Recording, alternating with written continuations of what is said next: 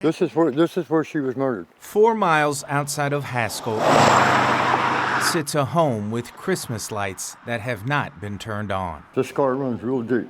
3 years after the murder of Tamara Lynn Banks, Real deep. her father Thomas has returned to her house. She's here. This is where they murdered her at. Her husband, Dayan Banks, was sentenced earlier this year for her death. Life in prison without a possibility of parole, plus 7. Compounding the grief for Thomas was that family members of Banks had been living at the house until just last month, when Thomas, after a lengthy court process, had them evicted as the executor of her estate. I'm the executor of the estate. I own this right now. This is my house or my daughter's house. Not mine, it's my daughter's. I'm just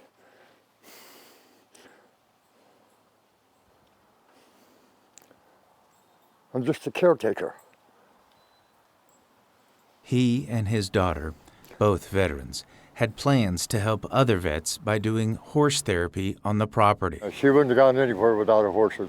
We were going to do horse treatment therapy for veterans out here. He'd still like to do that, but first he has to sort out the legalities on the property between the VA loan and the mortgage company, neither of which he's heard back from. I just need help. Yeah. I don't know what else to do, who else to contact. But I don't want him to take my daughter's property without fighting. For now, he's literally camped out in the living room with a fire for heat. He has electricity, but no water or gas. I got the lights on, but that's about it.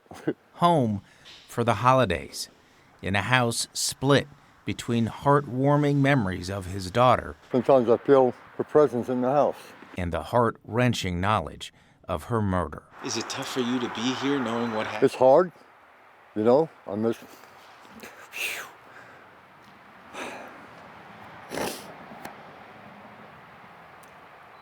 I see my daughter's face.